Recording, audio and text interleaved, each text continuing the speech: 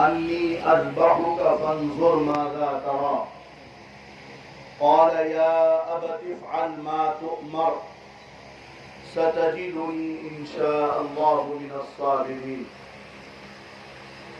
وقال النبي صلى الله عليه وسلم من وجد ساعة لأن يضحي فلم يضحي فلا يحضر مصلانا، أو كما قال النبي صلى الله عليه وسلم سبحان ربك رب العزة عما يصفون وسلام على المرسلين والحمد لله رب العالمين. اللهم صل على سيدنا محمد وعلى آل سيدنا محمد وبارك وسلم. اللهم صل على سيدنا محمد وعلى آل سيدنا محمد وبارك وسلم.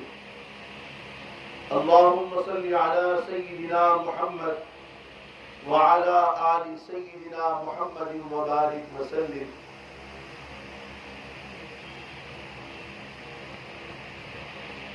آج کا دن نہایت ہی بابرکت خوشی اور مسرت کا ہے. آج کا یہ دن تاریخ اسلام کا اہم ترین دن ہے اور عقل کو حیرت میں ڈالنے والا دن ہے. تعجب خیز دن ہے آج کا. اللہ کی محبت اور اللہ کے حکم کے آگے اپنے آپ کو سر بسجود کرنا اور اپنے آپ کو اللہ کی راہ میں مٹانا، اس کی ایک اعلیٰ ترین مثال کا دن ہے آج.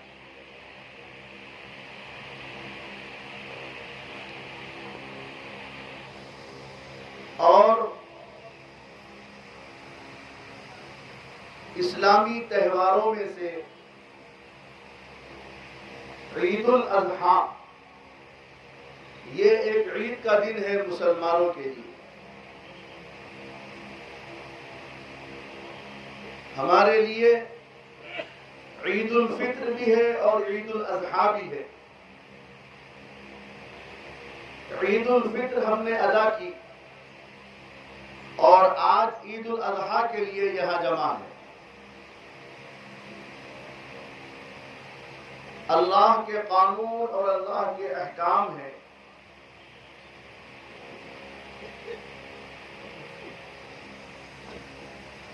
عید کا دن ہو، خوشی اور مسرت کا دن ہو، اسلام کی تعلیم یہی ہے کہ اللہ کی مانو اور اللہ کا قرب اختیار کرو، اللہ کو راضی کرنے والے اعمال کرو. ایسا ہرگز نہیں ہے کہ جب خوشی اور مسرت کا دن آ جائے تو عید کا ایک دن اللہ کے احکام سے چھٹی ہو جائے. ایسا نہیں ہے. اللہ کے احکام پر عمل بجا آوری یہ ایک اہم ترین فریضہ ہے. خوشی کا موقع ہو، غم کا موقع ہو، تہوار کا موقع ہو، چاہے کون سا بھی موقع ہو، اسلام ہرگز یہ اجازت نہیں دیتا کہ اللہ کے احکام کو توڑ دو، بلکہ کچھ عمل زائد بتا دیتا ہے تاکہ بندہ اللہ کا شکر ادا کرے. جیسے آپ مثال لے لو نماز کی. روزانہ 5 وقت کی نمازیں فرض ہیں. اللہ کا نمائندہ مؤذن صدائیں لگاتا ہے 5 وقت، حی علی الصلاح، حی علی الفلاح. آؤ کامیابی کی طرف، آؤ نماز کی طرف. لیکن اسلام کی خوبی اور اسلام کا مزاج دیکھو آپ. یہ 5 وقت نمازیں تو آپ کی فرض ہے ہی، لیکن آج عید کا موقع ہے،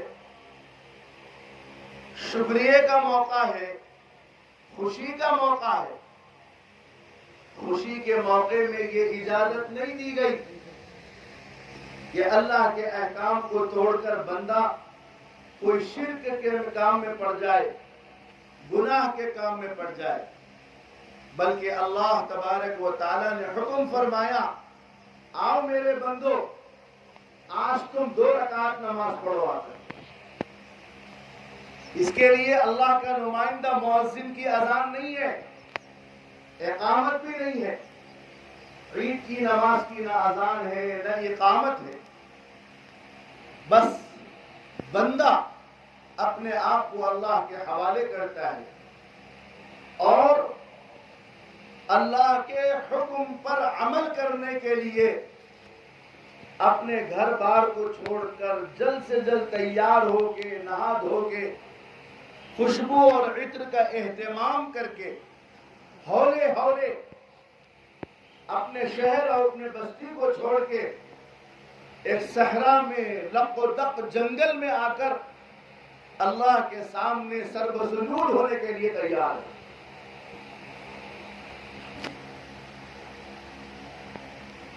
نہ عید کی اذان ہوئی اور نہ ہی تو عید کی اقامت ہوتی ہے. اذان و اقامت کے بغیر ایک بڑا مجمع جمع ہو جاتا ہے. اس کی زندہ مثال یہ ہے کہ اللہ تبارک و تعالی ایسے موقعوں پر بھی بندے کو ہرگز یہ اجازت نہیں دیتے کہ وہ کسی گناہ کے کام میں پڑ جائے. اسی لیے آج ہم عید کی نماز ادا کرنے کے لیے یہاں حاضر ہیں، جمع ہیں. اور آج کی عید کا نام عید الاضحیٰ ہے. اردو ترجمہ اس کا بقرہ عید ہے، یعنی قربانی والی عید ہے. قربانی کا ترجمہ کیا ہے؟ قربانی کا ترجمہ یہ ہے کہ اللہ کے قریب ہونا. قربانی قریب سے مراد ہے اللہ کے قریب ہونا. یہ قربانی ہے کیا؟ رسول اکرم صلی اللہ علیہ وآلہ وسلم سے صحابہ اکرام نے پوچھا، قالوا فما لنا فی قالوا ما ہی الاضاحی، یہ بقرہ عید ہے کیا چیز، قربانی ہے کیا چیز؟ تو حضور پاک صلی اللہ تعالی علیہ وسلم نے فرمایا، سنت ابیکم ابراہیم علیہ السلام، یہ تمہارے باپ ابراہیم علیہ السلام کی سنت ہے. حضور پاک صلی اللہ علیہ وآلہ وسلم کا جو نسب مبارک ہے وہ حضرت ابراہیم علیہ السلام سے جا ملتا ہے. اسی لیے فرمایا کہ یہ تمہارے باپ ابراہیم کی سنت ہے.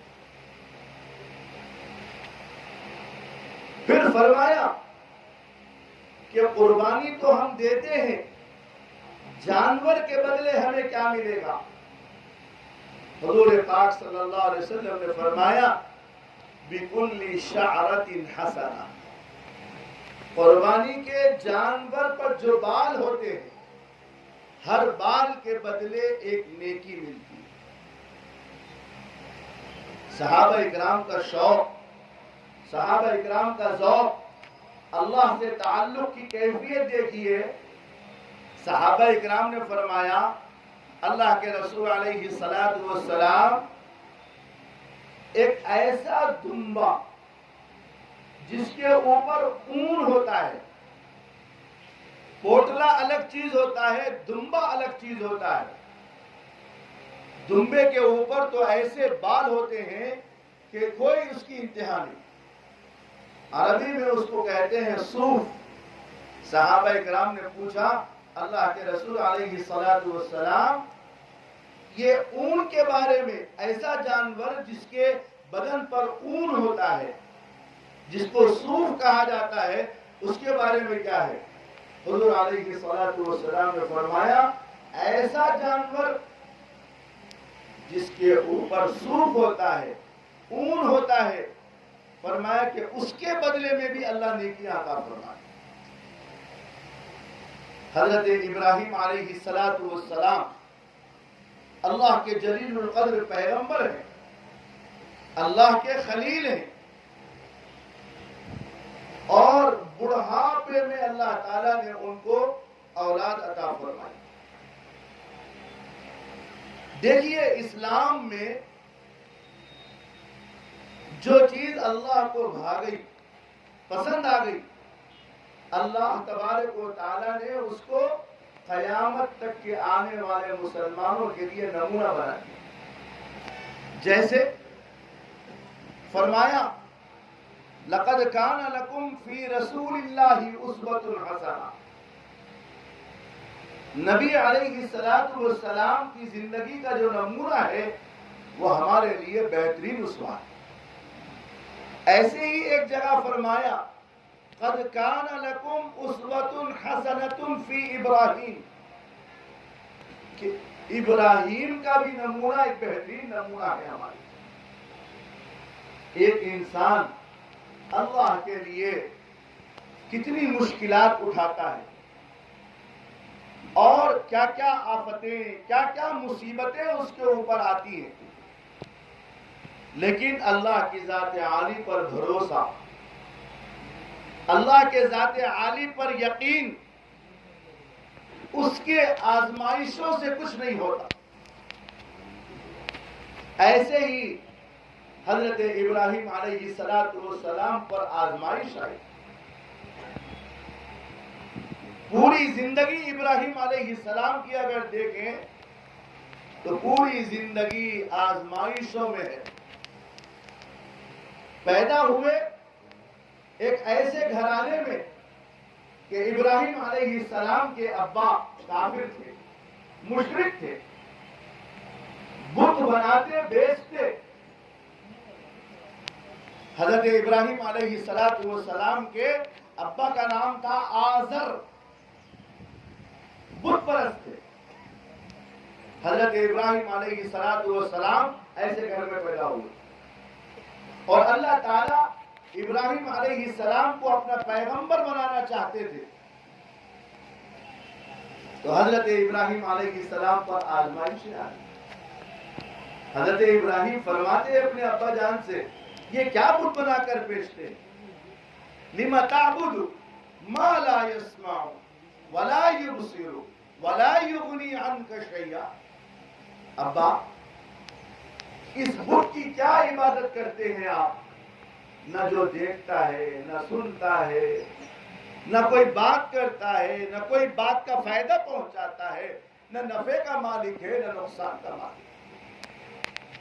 باپ بیٹے میں بات چلتی تھی، ایک وقت آیا کہ باپ دشمن بن گیا، خاندان دشمن بن گیا، نمرود جو بادشاہ تھا وہ دشمن بن گیا۔ حضرت ابراہیم علیہ السلام کو آگ میں ڈالا گیا، اور روایتوں میں موجود ہے ایسی آگ کہ دنیا میں آج تک اور اب سے لے کے قیامت تک ایسی آگ کبھی نہیں جلائی جائے گی۔ ایسی آگ میں ان کو ڈالا گیا۔ یہ آزمائش پہلی ہے، لیکن اللہ تبارک و تعالیٰ کے کنٹرول میں ہے دنیا۔ فرمایا قلنا یا نار کونی بردا وسلاما علی ابراہیم، اے آگ تو ابراہیم کو مت جلانا، ٹھنڈی ہو جا اور سلامتی کے ساتھ ٹھنڈی ہو۔ یہ آزمائش ہے، ایسے کئی آزمائشیں ہیں، اس میں سے ایک آزمائش قربانی کی آزمائش۔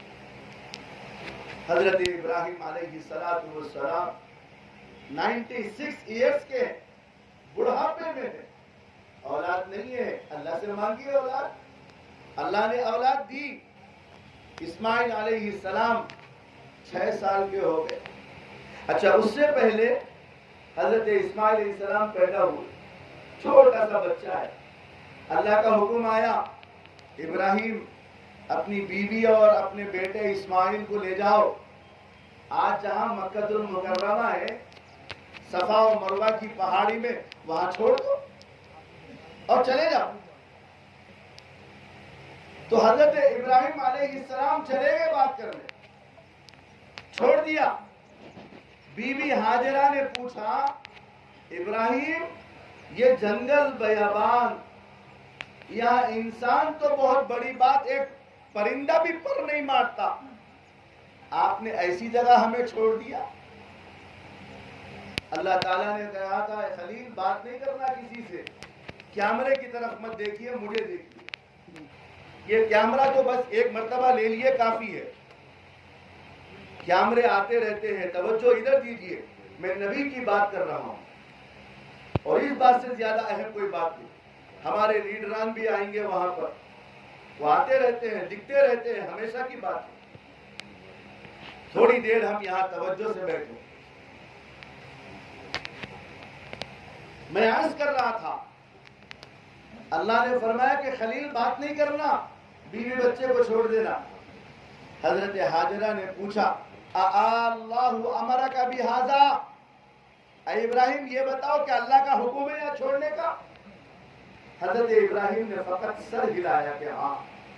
تو حضرت ہاجرہ نے فرمایا کہ اب آپ جا سکتے ہیں, کوئی ضرورت نہیں ہے آپ کی, اللہ نے حکم دیا ہے ہمیں یہاں چھوڑنے کا, تو انشاءاللہ اللہ ہمیں ضائع نہیں کرے گا. یہ ایک عورت کا ایمان, لاکھوں سلام ہو بی بی ہاجرہ پر, کتنا مضبوط ایمان تھا.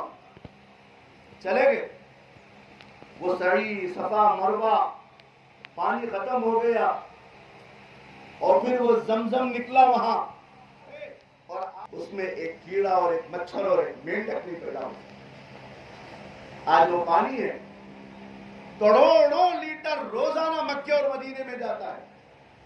زمزم پانی کو لاؤ, باٹل میں محفوظ رکھ دو, 10 سال رکھو, خدا کی قسم وہ پانی خراب نہیں ہوگا. یہ یادگار ہے اور یہ یادگار دن ہے. ایسی ابراہیم علیہ السلام نے خواب دیکھا, چھوٹا سا بچہ ہے اسماعیل 5 سال کا, خواب دیکھا 1 مرتبہ 2 مرتبہ 3 مرتبہ, اور خواب میں یہی آ رہا کہ ابراہیم علیہ السلام اپنے بیٹے کے اوپر چھری چلا رہے ہیں, اور نبی کا خواب سچ ہوتا ہے. حضرت ابراہیم علیہ السلام سمجھ گئے کہ اللہ یہ چاہتے ہیں کہ میں اپنے بیٹے کی قربانی کروں. چنانچہ بیٹے کو تیار کیا, قربانی کے لیے لے کر گئے. شیطان آ گیا پیچھے سے, ٹالے جا رہے, چچا آپ کا بیٹا ہے, یہ خواب بہت دکھتے رہتے, اب خوابوں پہ عمل کرنا شروع کرے تو کیسا ہوگا. 3 مرتبہ شیطان بہکایا. حضرت ابراہیم علیہ السلام گئے اور اپنے بیٹے کو زمین پر لٹایا وادی مینا میں, اور قربان کرنا ہے. جس طرح آگ پر اللہ کا کنٹرول تھا, چھری بھی اللہ کے حکم سے چلتی.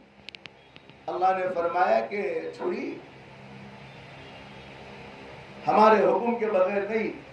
اسماعیل کو ذرا بھی زخم نہیں پہنچا.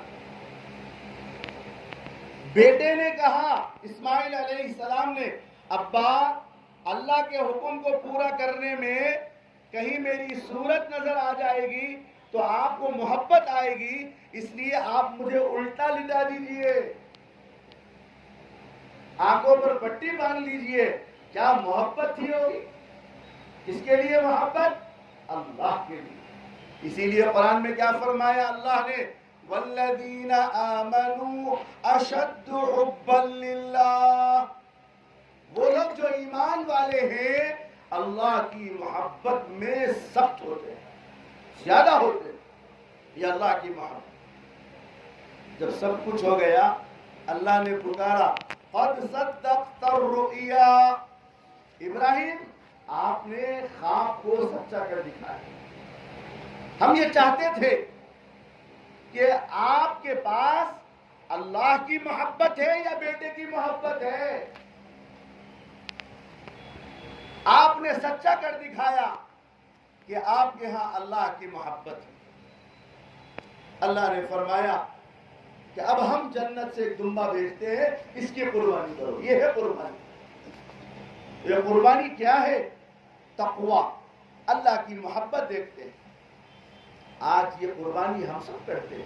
پوری دنیا میں قربانی ہوتی ہے,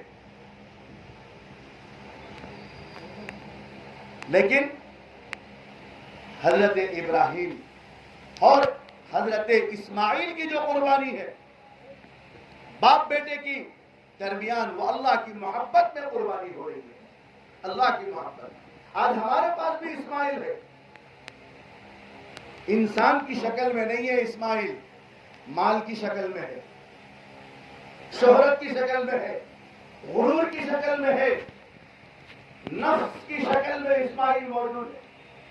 ابراہیم علیہ السلام نے اللہ کی محبت میں جو اسماعیل کو قربان کر دیا تھا, اپنے بیٹے کو, آج جیسے جانور کو ہم ذبح کرتے ہیں اللہ کی محبت میں, یہ بھی قربانی دو کہ ہمارے اخلاق اچھے ہو جائے, ہمارا رہن سہن اچھا ہو جائے, اللہ کی محبت میں ہم آگے بڑھ جائیں, اسلامی احکامات پر عمل کرنے والے بن جائیں, غرور سے, میں پنے سے, برے اخلاق کی قربانی دینا.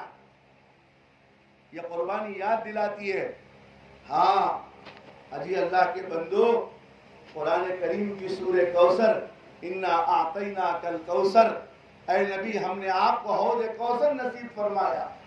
شکرانے میں کیا کرنا ہے آپ کو؟ اللہ اپنے حبیب کو کہہ رہے ہیں فَصَلِّ لِرَبِّكَ, آپ اپنی رب کی نماز پڑھتے رہیے, وَانْحَرْ, اور قربانی کیجیے. نبی سے ڈائریکٹ خطاب. یہ مبارک دن ہمارے لیے یہ خوش نصیبی کا ہے کہ یہ قربانی کا دن ہمیں مل رہا ہے, اس لیے قربانی کرنا چاہیے. قربانی کو رواج دو, اور اتنی سستی قربانی ہے کہ 3,000 میں 4,000 میں قربانی ہو جاتی ہے ہماری. بہت سارے لوگ آج بھی موجود ہیں, ہم کبھی کی قربانی کیے تھے, اب کیا قربانی کرنا ہے.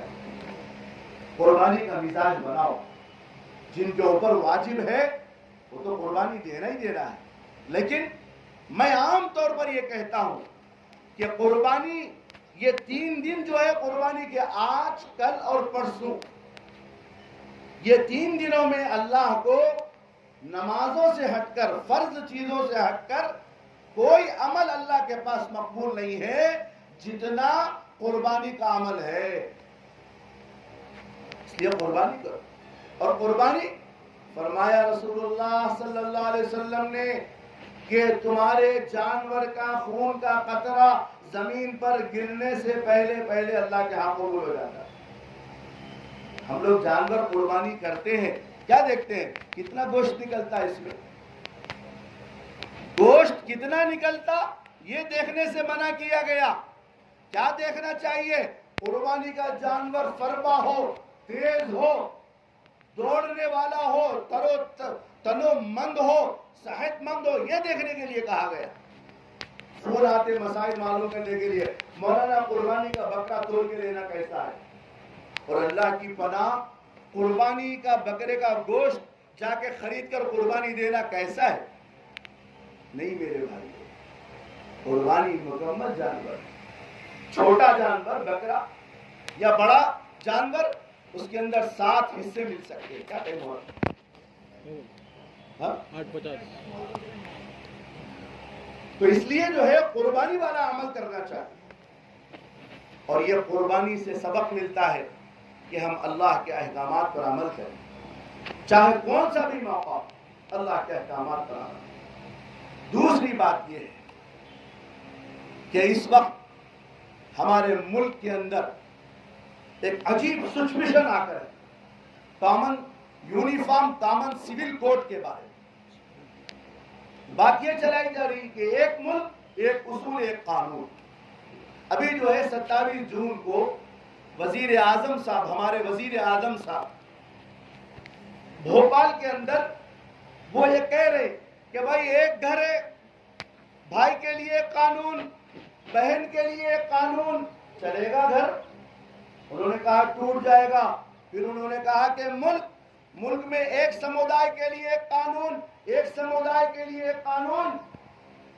وزیر اعظم صاحب، آپ کو خیال کرنا چاہیے کہ یہ ملک ہمارے پروجوں نے، ہمارے آباء و اجداد نے قربانی دی ہے. لاکھوں علماء شہید ہوئے ہیں، لاکھوں علماء نے آگے بڑھ کر اس ملک کو آگے بڑھایا.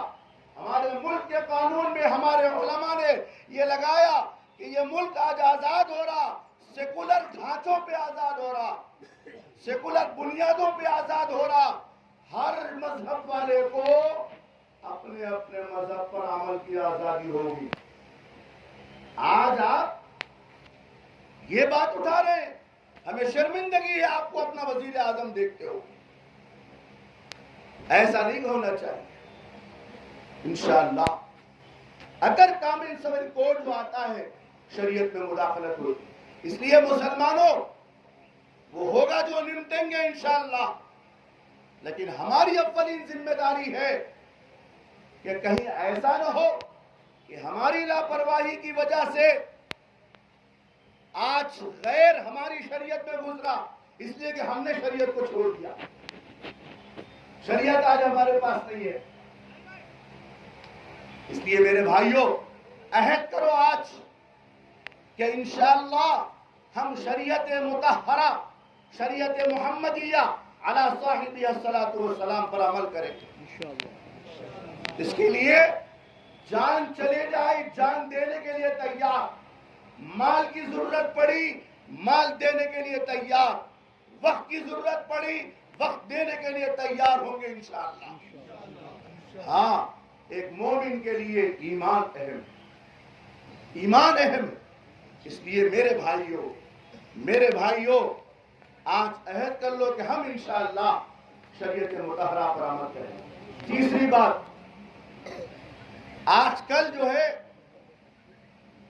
اسلام منع نہیں کرتا، کالجز کی تعلیم دو، اسکول کی تعلیم دو، دلاؤ، لیکن خدا را اپنی بیٹیوں اور اپنی بچیوں کے دین و ایمان کی حفاظت کرو. ایک مستقل فتنہ چل رہا کہ مسلمان بچوں اور بچیوں کو ورگلایا جائے، دین و ایمان کے سلسلے میں کنفیوژن پیدا کر دیا جائے. اس لیے میرے بھائیوں، اپنے بچوں اور بچیوں کی اخلاقی حالت پر کڑی نظر رکھیے، دین و ایمان کی حفاظت کی فکر لیجیے، اور اپنے بچوں کو ضرور دینی تعلیم دلوائیے. اسکول سے آنے کے بعد میں بھیجو، بچوں کو عقائد بتاؤ، اسلام کی کلمے کی دین کی تعلیم دلاؤ، تاکہ ہمارا بچہ کل اس کے سامنے حالات آ جائے تو اپنے ایمان کی حفاظت کر سکے. جس طرح ہم اپنے بچوں کے آرام کا خیال رکھتے ہیں، یہ فکر کرتے ہیں کہ مرنے کے بعد میرے بچوں کے لیے گھر ہو جائے، روپیہ پیسہ ہو جائے، میرے عزیزوں یہ اہم نہیں ہے. یہ اہم ہے کہ ہمارے بعد ہمارے بچوں کے اندر ایمان باقی رہے گا. حضرت یعقوب علیہ السلام کے موت کا وقت جب آیا، پیغمبر ہے یعقوب علیہ السلام، موت کا وقت آیا، اپنے بچوں کو بلایا، عجیب سوال کیا، کہا اذ قال لبنیہ ما تعبدون من بعدی، اے میرے بچے بتاؤ میرے بعد تم کس کی عبادت کرو گے. پیغمبر تھے تو اولاد بھی پیغمبرانہ ذہن رکھتی تھی. کیا کہا؟ اذ قالوا نعبد الہک والہ آبائک ابراہیم و اسماعیل و اسحاق الہ واحدا.